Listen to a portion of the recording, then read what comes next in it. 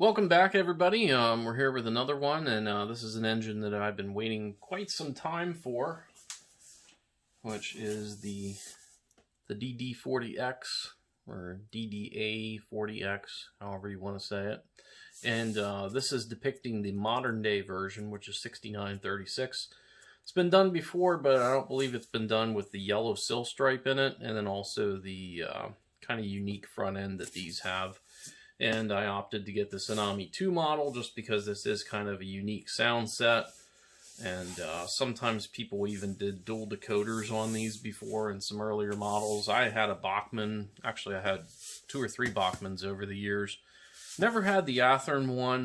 It's kind of always something I always wanted just because this one's supposedly a little more realistic. And it is the most expensive diesel engine that I have ever purchased. So hopefully it lives up to the hype. So I went ahead and took the lid off here, and I don't normally check out the manuals, but this one might be a little more interesting.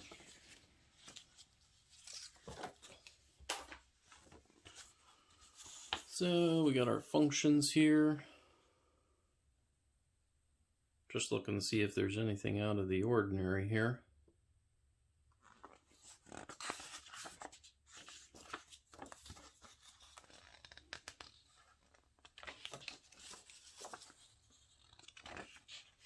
No, nothing too fancy there. So here is, and just to give you an idea of whether this is bigger than your typical like SD70 or SD80 Mac boxes. I'm gonna grab one here.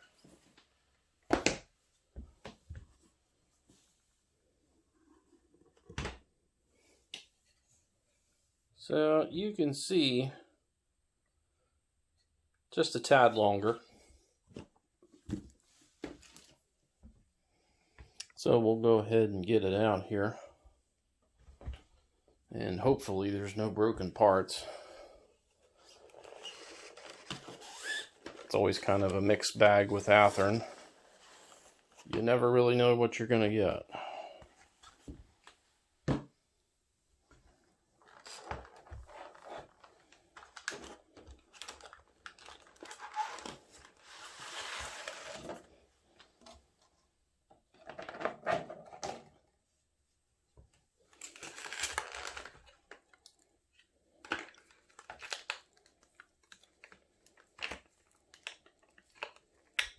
Kind of stuck here. There we go.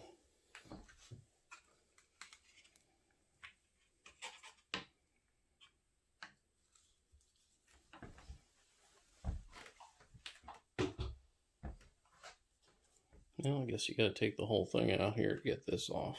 I don't see any missing pieces in the box. That's either a really good thing or a bad thing.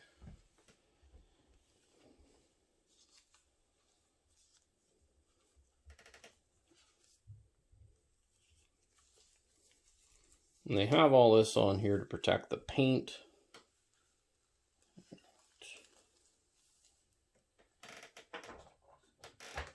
Well, I'm going to go ahead and get all the foam and stuff off here, and we'll take another look. Alright, so we got it out of the box here and all the packaging. We're going to go ahead and zoom in and take a closer look. You can kind of see there, it does have the ditch lights, just like 6936 has. And you got the rotary beacon up there. I'm not sure if that actually works. I'm hoping that it does. Do you see a little glue mark there? That's probably easily fixable.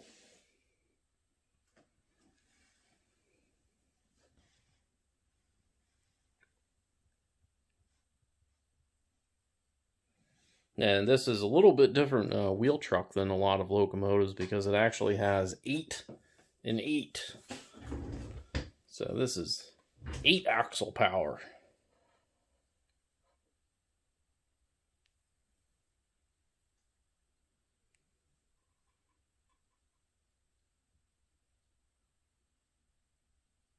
I have to see if I have all my lift rings.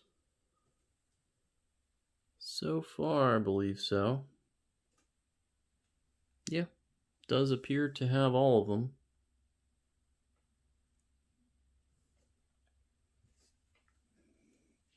And they also have the clear walkway there. In a lot of models, sometimes there's a brass flywheel showing there. So somehow, however they did their drive mechanism, they managed to get that accurate. And I'm going to flip it around here and we'll take a look at the other side.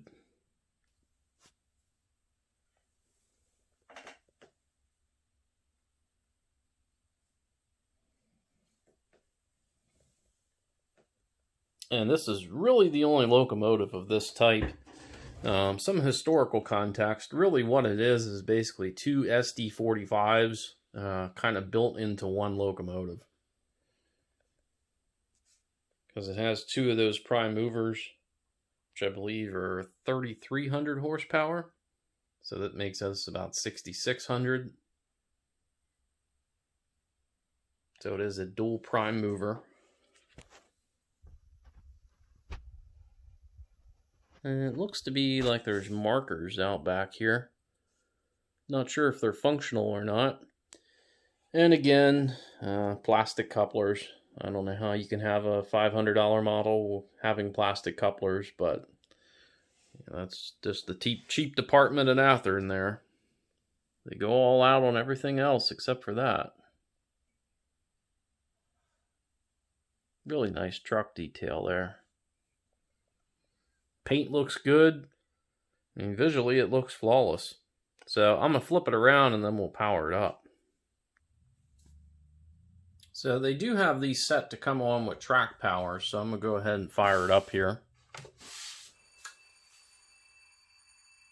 Oh, I can see we got lit number boards.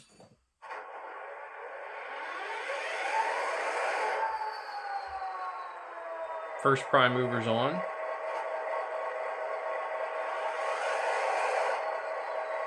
And we got the second.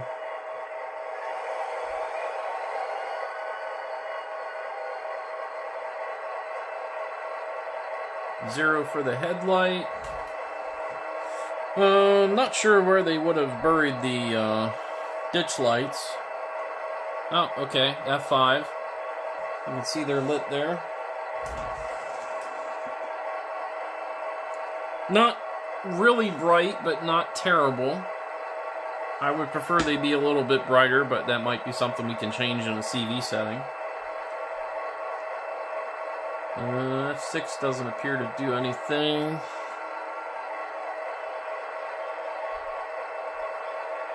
Okay, F7's a dimmer.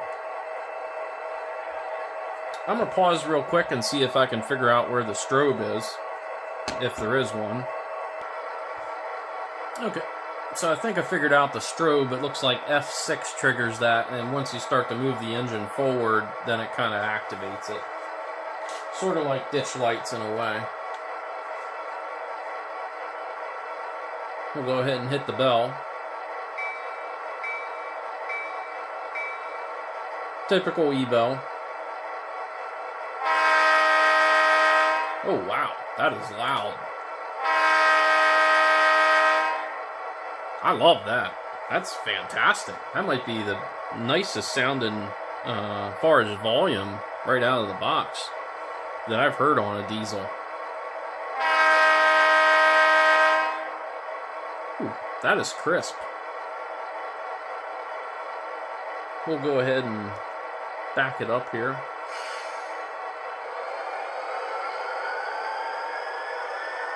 I'm on speed step 1. Very smooth. Now, it's not just the camera, but I am noticing a noticeable flicker on the number boards. Not sure what's up with that.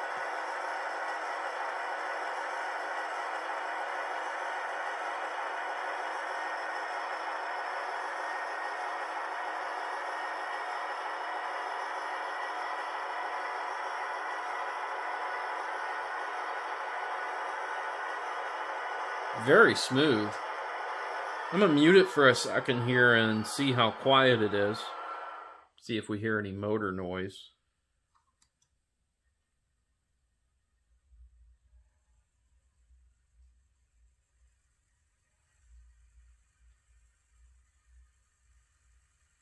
A little bit, but it's not bad.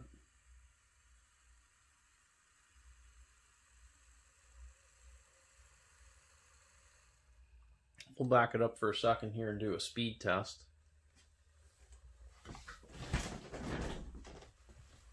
I think this would do pretty well out of the box.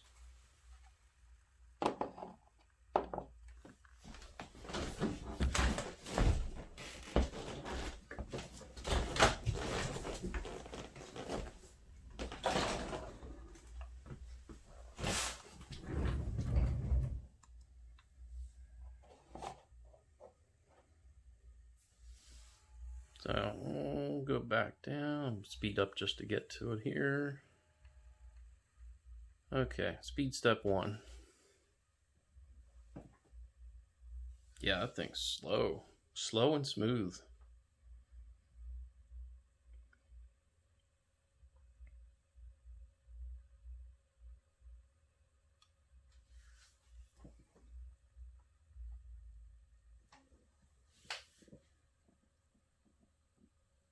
Should get our reading here very shortly. Ooh, right on the nose, 1.0. Perfect. All right, we'll get an idea of what kind of top speed this thing can do. Now, I don't have any runtime on this locomotive. Hopefully, nothing's overhanging around my track.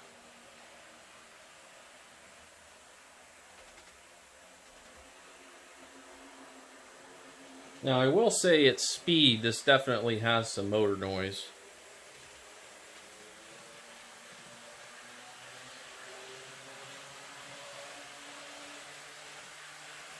We're not quite wound up all the way yet. 74?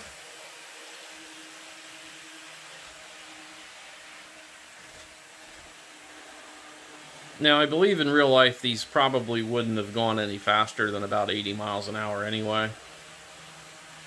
So, we're full throttle. 76.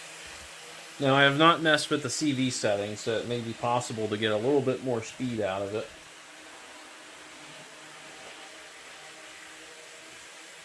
Not running with any cars, I would prefer a little bit better than 80, because once you load it down with cars, it will drop it a bit. 79.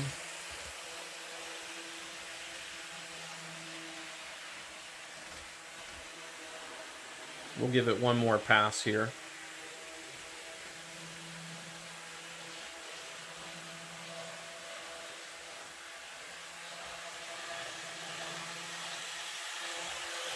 $80, right on the nose. Yeah, out of the box, this thing is tuned very well.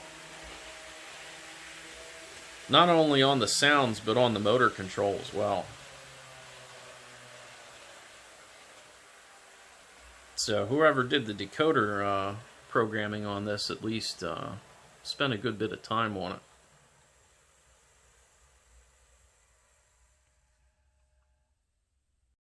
Alright, so we're going to do an audio test here, and I'd have to take a look at my Shark Nose video, but I have a feeling like this one's going to definitely set the mark.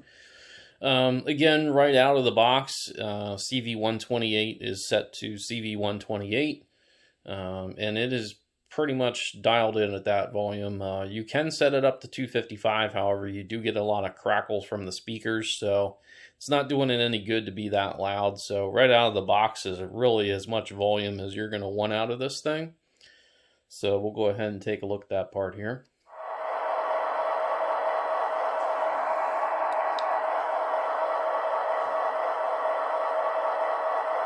So 72.8, you know.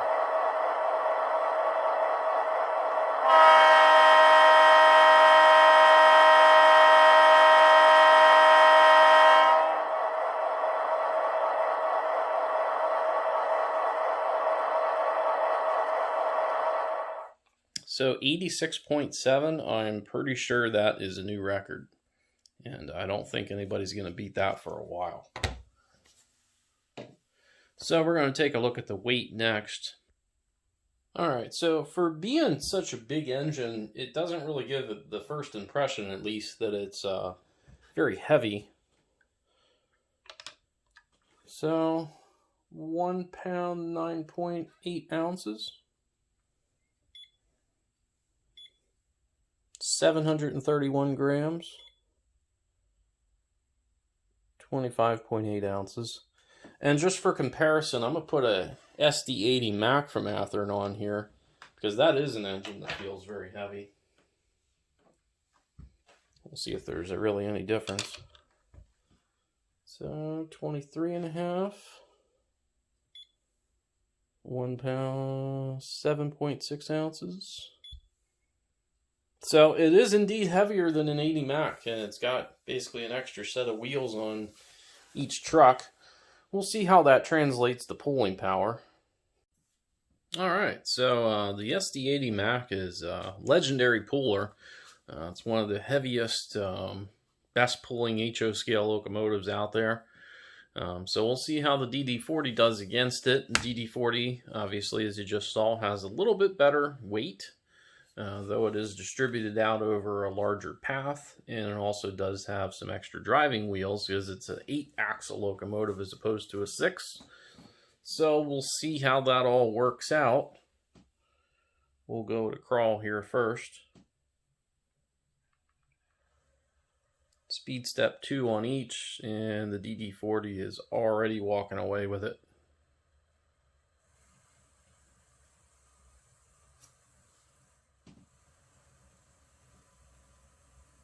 That wasn't even close.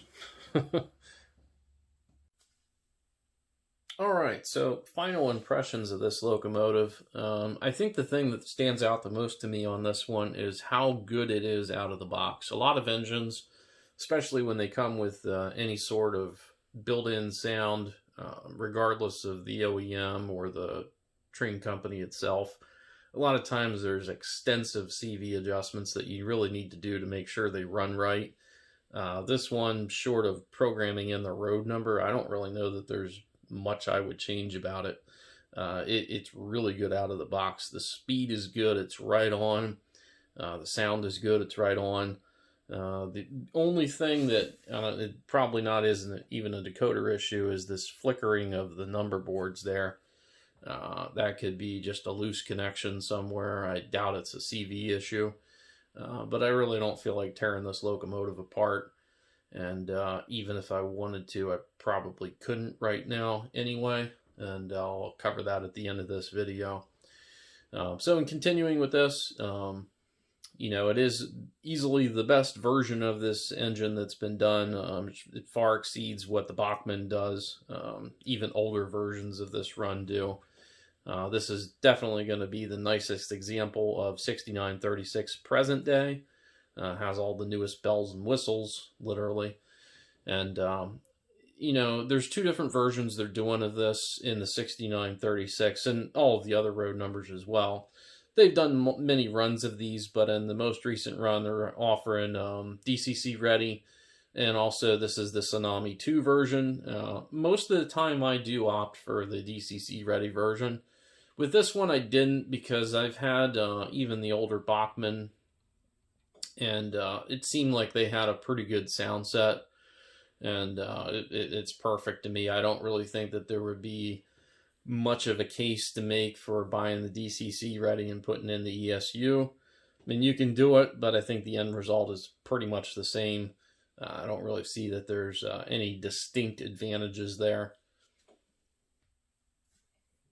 I mean, the details for something so intricate and rather large for nothing to be broken out of the box is pretty good. I was really worried about that. I always am when I get anything that's this detailed. I worry about things breaking off.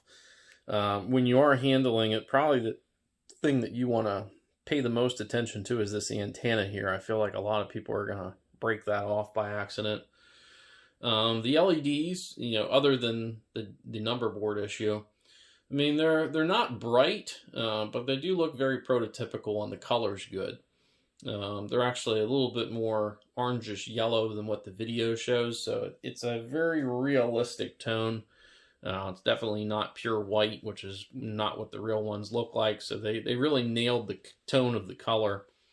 Same deal with the strobe. I mean, it does it. It's actually a little bit more noticeable in person than what you see on camera, just because I have the light shining right down on this thing right now. So lastly, cost and availability. These are out there. They came out about a week or two ago. I'm making this video in the second week of March. So they are on the market. They're still available. Obviously, the road number that everybody's going to want is this one, the 6936, because this is the one that has run fairly recently. I believe it still is capable of running. I don't think Union Pacific's run it in a couple years. But there's a couple DD40Xs that are still in existence. Some are cosmetic restorations, some are pretty dilapidated sitting outside. But this is the one that still runs, and it's run with 844 and some of the other Steam Heritage engines on UP before as a diesel backup. And as far as cost, this Tsunami 2 equipped version's coming in right at about $500 bucks. I think I paid like 501, 502, something like that for it. So it's a really great model, but I can't see it as being a $500 model. $500 for a diesel locomotive is a little on the insane side. I feel like if this model was upper 300s or 400, that would really be a solid home run there. And that's really the problem with this engine. Is as good as it is and everything that it does well out of the box, the cost is really going to put it out of reach for a lot of people. And that's unfortunate because, you know, it's one of the things I love so much about the Union Pacific is that they just do the biggest, baddest engines they can find. A lot of people call this the big boy of diesel, and I really think that holds true. So excellent engine. I'm glad to have it in my collection. Hurts the wallet a bit, but it's a one-time purchase, and I think I'll have this one for years to come. I don't really see anybody doing one that's gonna significantly be better than this one unless it's made out of metal, which probably can't be done at this price. So that's about it for this one, and I'm going to give you an update at the end of the video here on some other things which are going to impact the channel.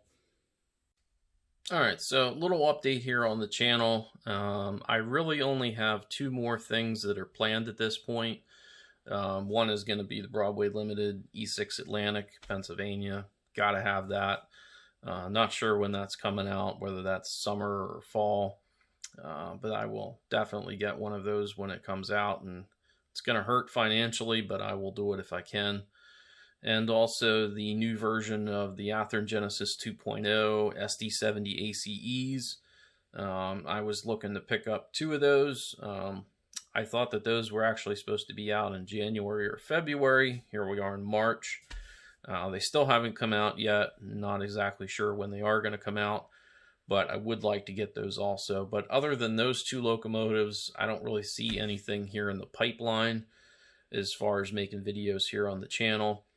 It's kind of that time of year where a lot of my other hobbies like bike riding are starting to pick up. And one other problem that I'm kind of battling right now, which is really impacting my ability to do anything with trains. And I'll be honest, I really struggled through this video to try to make it.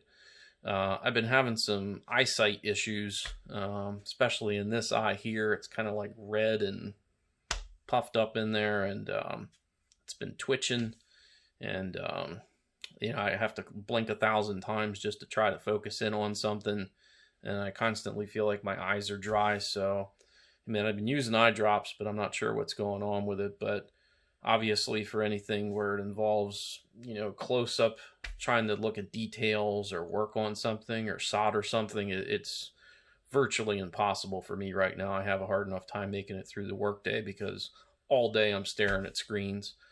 So I made it through this one, but that's something I'll definitely be focusing on, and hopefully it's not a larger long-term issue. So if you see me not making too many videos on here, just know that there is 2 coming at least. But I don't know that there'll be much else coming. This hobby is kind of starting to hurt me financially. Things are just really starting to outprice themselves. You can only buy so many $500 engines a year. At least I can't. So, you know, between this one and 844, that's a good chunk of change. And those Genesis 2.0 SD70 ACEs aren't exactly going to be cheap. So between those and picking up an E6 Atlantic, you're looking at better than $1,000 there. So it is a hobby, so I can't allow it to take away from other things in life too much.